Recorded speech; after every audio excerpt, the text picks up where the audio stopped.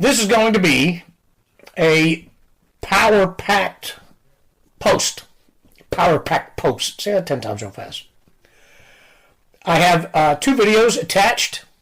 You can listen to the post and the videos as audio. Just stick them in your headphones and carry on smartly. You can fill commutes and workouts with this post.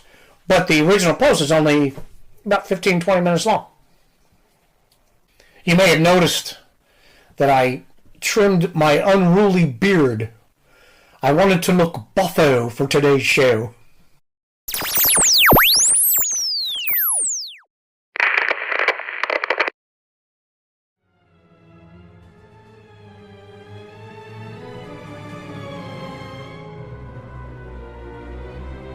This is the Free Zone Communique, transmitting from Virginia's unoccupied sector. If you think smart cities, DEI, censorship, government intrusion, bug paste, and other left-wing nonsense are no longer a possibility, think again. We've won 1 election with slim majorities. Our work to rebuild a free and sane America has just begun.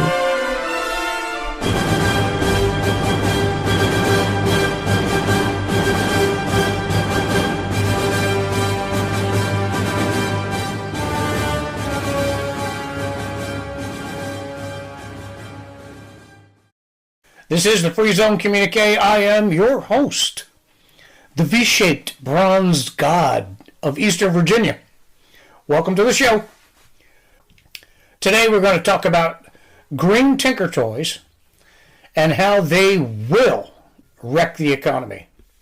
The inflation we've just experienced was just the beginning. It's nothing compared to what's coming. And we're going to do it to ourselves if it happens. I always lead the show with giving hope to victims trapped behind the wire in blue cities. This show won't seem too hopeful. This is especially true for people in blue areas. They have completely bought into the lunacy I'll outline here.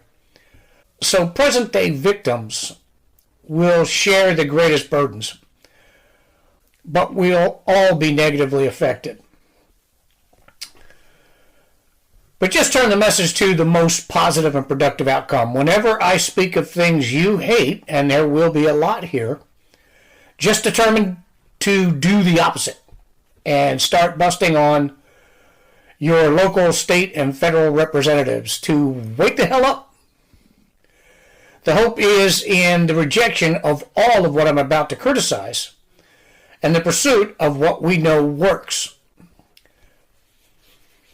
But before we get to that, this is important. My girl, Frumpy Fanny, is back in the news, baby. Yeah! She might be lumpy. She might be frumpy. She might have those big old cankles going on. But she's my Fanny, and she pays me well.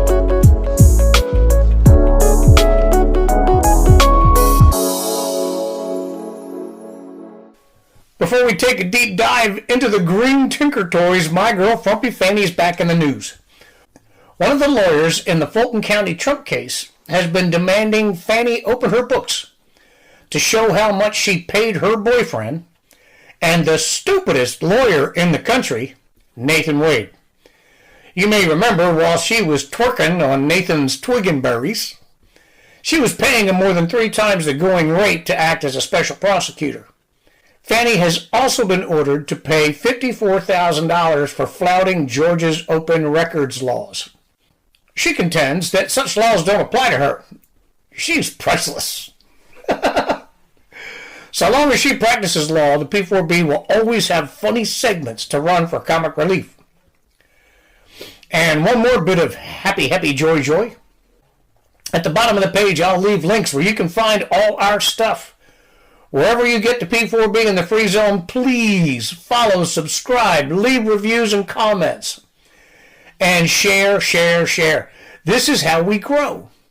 I'll leave a link to where you can support the P4B directly so you too can be a political party pooper. But the most pleasure you can get by supporting us is to shout Po River. I'll leave samples and links for that as well. Thanks to all our supporters and subscribers. Now, let's get serious. Tesla's in the news. Not for all the reasons the left once loved about the car and its maker. They talk breathlessly about how wonderful these Tinker Toys are for the environment. Now the dumbass lefties are out keying each other's cars and burning each other's cars. Spectrum much? I've linked to a video below this episode. But before that, I want to expand on some truly catastrophic, unintended consequences in our premature flight to green solutions, while we ignore real energy solutions. I'll start with the big picture and work my way down to small scale, but still devastating Tinker Toy scams. I will list the empirically real solutions first, with short comments and links to past discussions on the subject. Spoiler alert, wind and solar will not be on the list. You can't build enough of them, and they do not work. We'll talk about them, we'll bust on them, but they don't work. The best thing we can do with wind and solar facilities is stop building them. Private, fine. You want to power your little data center? That's fine. But not broad-based use, not publicly funded.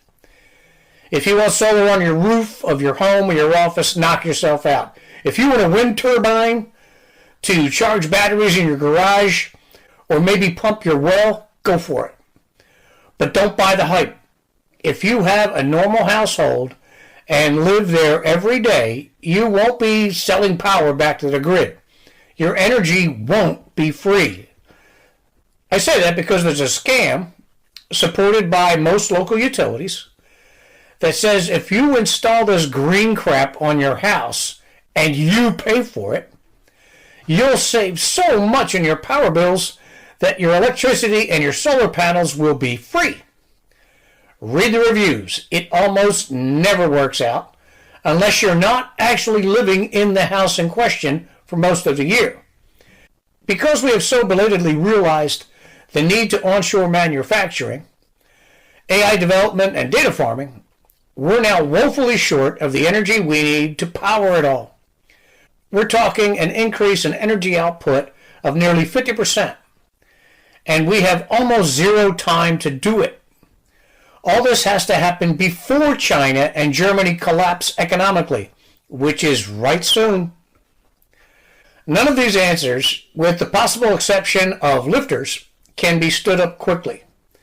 As we go through the list, you'll understand the urgency and how far behind we are. First, we talk about nukes, conventional nuclear reactors. These take the longest to produce of all the options we need. They are far from ideal because they need to be located on a body of water that can be used for cooling, which creates a risk of creating hydrogen explosion. You see the problem. So locations are limited. Also, there is still a cumbersome permit process in many states and municipalities, thanks to the ignorance or intentional distortions of opponents of nuke energy. Permitting of a nuke power plant is a nightmare. Trump has promised to fix this. He had better get a small army in Congress behind him. At the moment, to wreck plants for nuclear power plants, the cleanest form of energy ever, all professional pisspots have to do is yell, "Chernobyl!" and the plant doesn't get built. Without today's technology, nuke was the safest form of power. With it, it is exponentially safer. We need to build these things right now.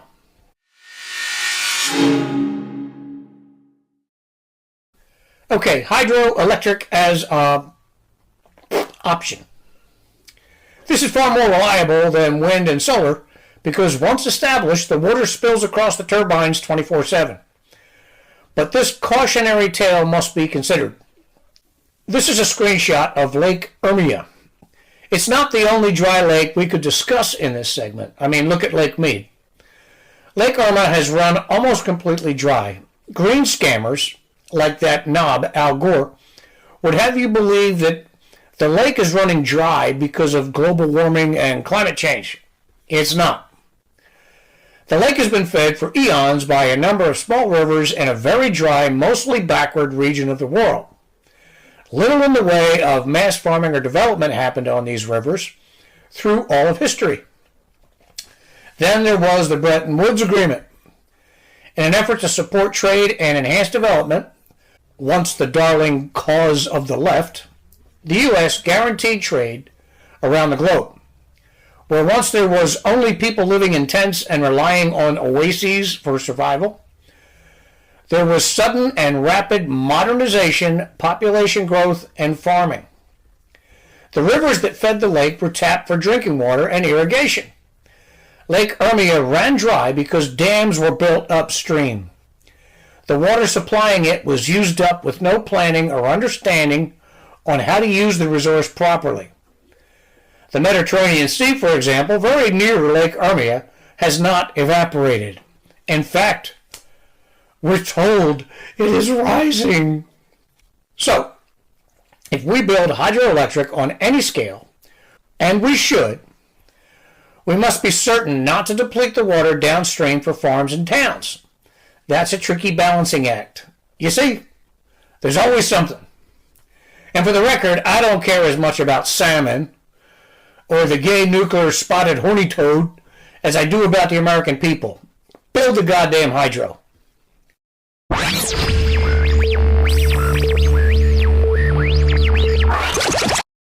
Okay, next on the list of power sources, and only because we understand the technology and can duplicate it quickly, is natural gas. A byproduct of drilling and fracking we once torched off, just to be rid of it. How many billions of cubic feet of that stuff did we waste during that time? Unlike what some would have you believe, gas, like its mother product, oil, is a finite entity. How finite? I don't know. Oil guys say about 120 years.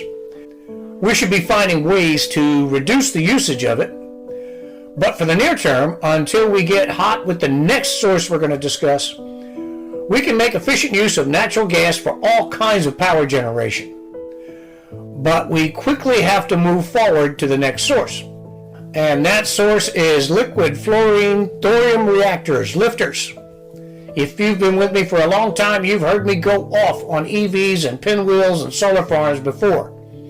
I'll leave as many links below this video line as I can pull in. But you've also heard me sound off about lifters, LFTR, liquid fluorine thorium reactors. These things are little wonders.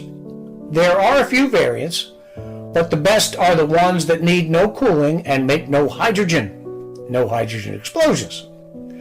Among the many advantages they provide, as you'll see in the links, these reactors provide an outsized amount of energy, possibly portable energy.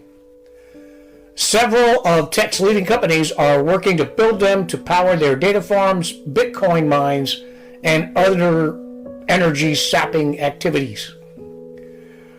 But we need to build these things by the dozen. California needs to dot the coast with them to solve their water and power problems. You'll find more in the links about lifters.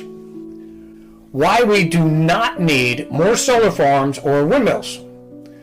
There's no shortage of attacks against wind farms here on the P4B. I'll leave a link to at least one of them. Search and browse the others on this Substack. The one about food is really great. Without repeating the whole of these articles in this post, I will make two quick points. First, there is nothing green about wind farms. The larger the wind farm, the less efficient each pinwheel is. Upwind blades deplete and disrupt wind energy for the downwind blades. The resources needed to build these monstrosities are epic and environmentally very dirty. Pound for pound, solar arrays are far dirtier and more toxic. And solar farms destroy all the life that once lived on the sprawling plains they now occupy. How can anyone say they love nature or care about animals and then install a solar farm? Answer? They don't give a shit about animals or the earth. They have an agenda, political or commercial, that talk about how green and efficient these things are lies. Also, and this would be funny if these tinker toys weren't so otherwise destructive, solar panels contribute to global warming, as the climate alarmists would have us understand it. You see, a tremendous amount of solar energy that hits a nice green plane is absorbed directly into the plants and soil. It supports the life teeming there.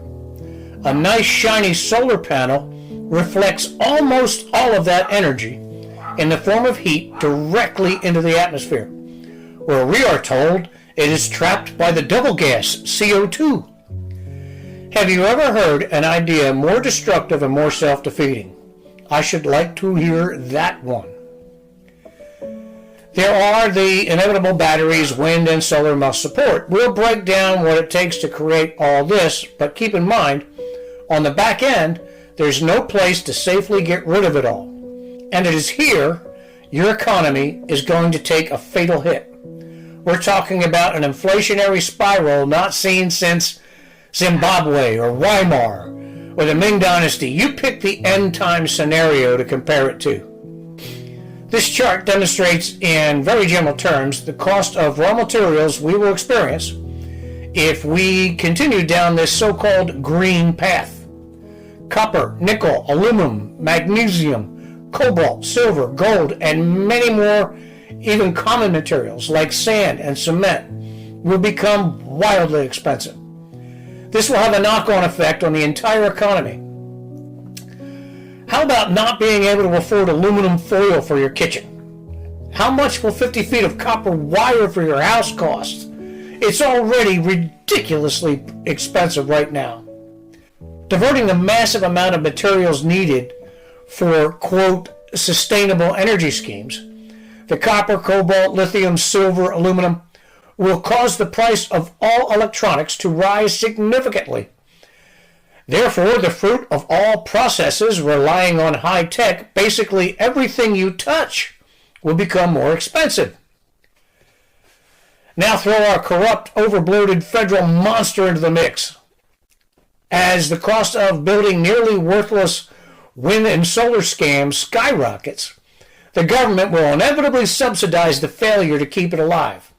That will put further upward pressure on the cost of all industries. The first rule of subsidies is that the cost of the things subsidized will rise exponentially from where they'd be without the subsidies. Look at the cost of college. So now, you have inflation caused by artificial need for all these materials, plus government-imposed inflation from the spending. Hang on to your ass, Fred. It gets worse.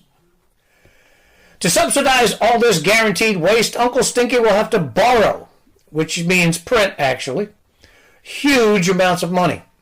Doing so will devalue the dollar, producing its own upward pressure on all prices, including the prices of the materials we need to continue to build the giant tinker toys.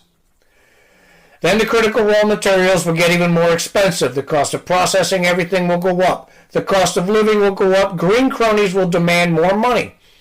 More borrowing will occur. More inflation will lead to, and so and so and so. You see the pattern.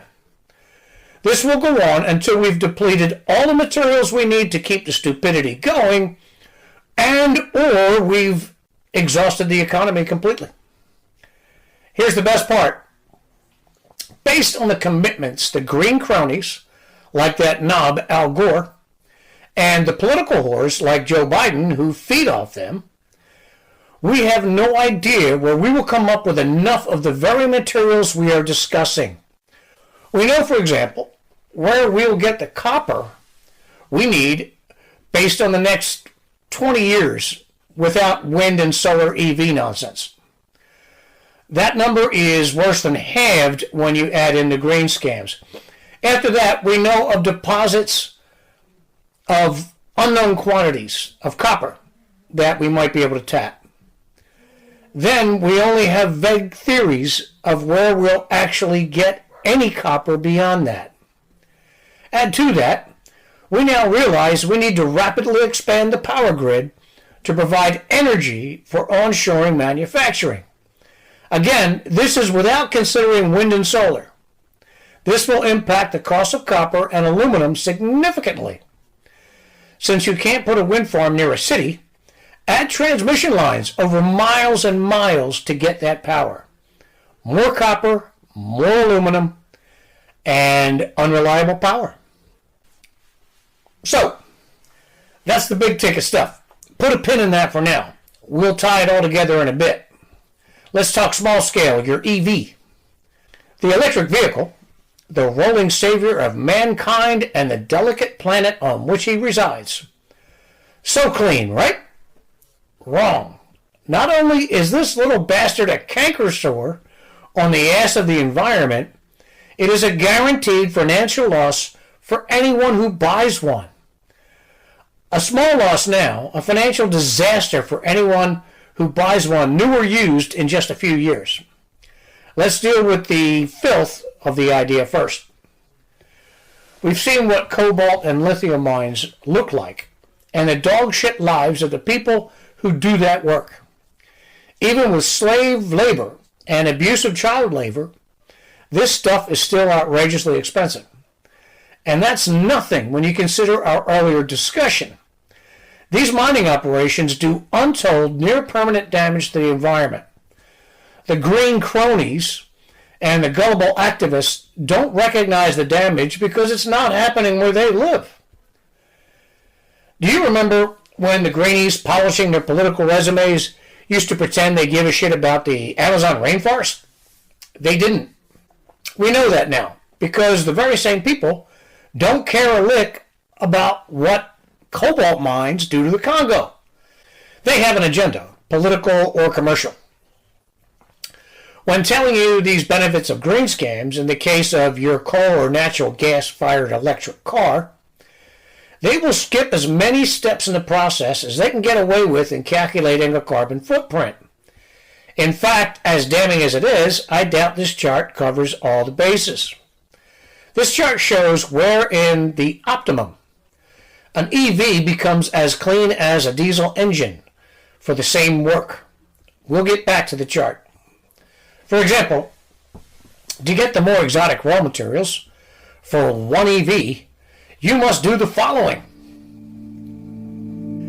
And this is just for the battery. You still have to build the car. More steel, aluminum, plastic, glass, etc. The more detailed the calculation, the more you pull into the equation, the worse the mileage versus carbon footprint gets. But let's say, for the sake of argument, the chart I showed before is accurate.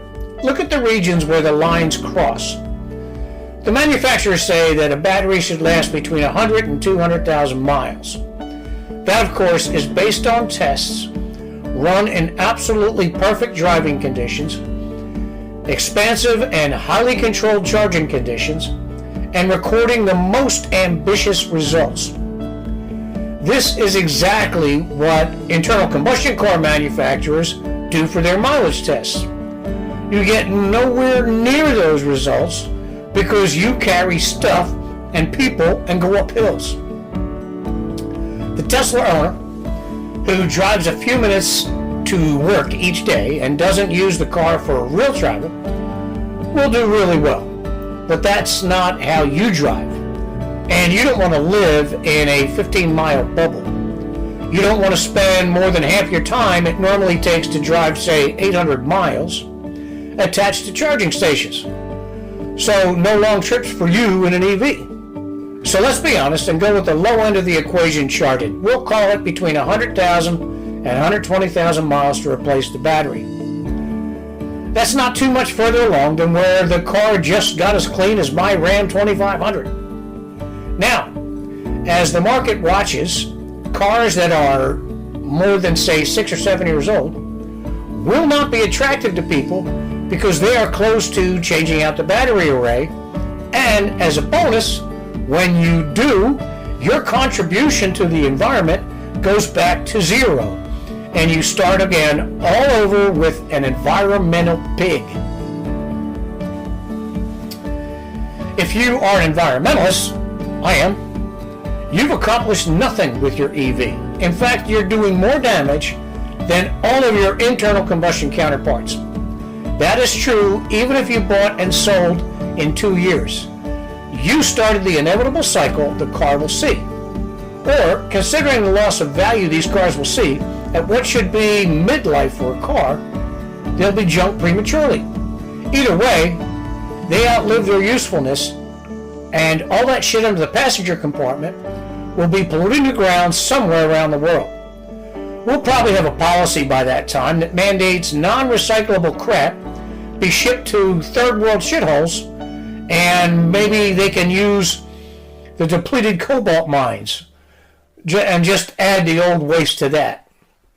They can have a bunch of kids with sledgehammers breaking up the toxic stuff and carrying it to the pits where we'll bury it. Perfect. Out of sight, out of mind. Who cares what happens to the kids, right? They're not members of the United States Democrat Party. At any rate, these cars will lose their luster in the eyes of even the most fanatical greenie when they see the resale value go down and or maintenance costs go up. They will become hot potatoes on the back end and therefore unpopular on the front end. People will demand we stop wasting tax dollars to subsidize these things. And then even fewer people will buy them than the numbers we see now. But the market is doomed.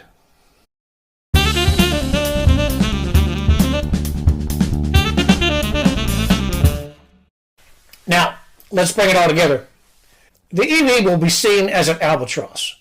Wind and solar will kick off their own economic death spiral, and 25 years from now, if it takes even that long, the landscape will be dotted with rusting, rotting hulks attached to tons of hazardous waste for which no one will take responsibility. No one is going to dispose of the waste until they tap into our tax dollars to do it. And even then, no one is going to chisel up a quarter cubic mile of concrete per windmill ever. The cronies that built the pieces of shit will have long since bailed on the process under multi-billion-dollar parachutes. How severe this residual damage is depends on how quickly you smarten up and start pounding your government. I have a few shirts that say, "Your politicians don't fear you. Teach them to." It's about time you got moving on that. But don't take my word for it all. Listen to Mark Mills. The first video provides a practical and economic support for everything we've discussed. That is followed by a semi-accurate Zyhan video about why we need to build a real power grid about 10 years ago. It's all about China. Here's why we need to get our economic, manufacturing, and energy shit together real fast. As a side note, Peter is dreaming if he thinks the intentional volatility Trump has injected into the system is going to be in any way long term. Companies may step lightly for a few months, watching everything settle out, but they all know that North America is the continent where they need to be for the foreseeable future. They can go to Turkey, but who the hell wants to build a business in Turkey if they don't have to? Please tell a friend about the Free Zone Communique. We live and die with the share and subscribe buttons. Please use affiliate and sponsor buttons to support our work. Thank you very much for joining us today.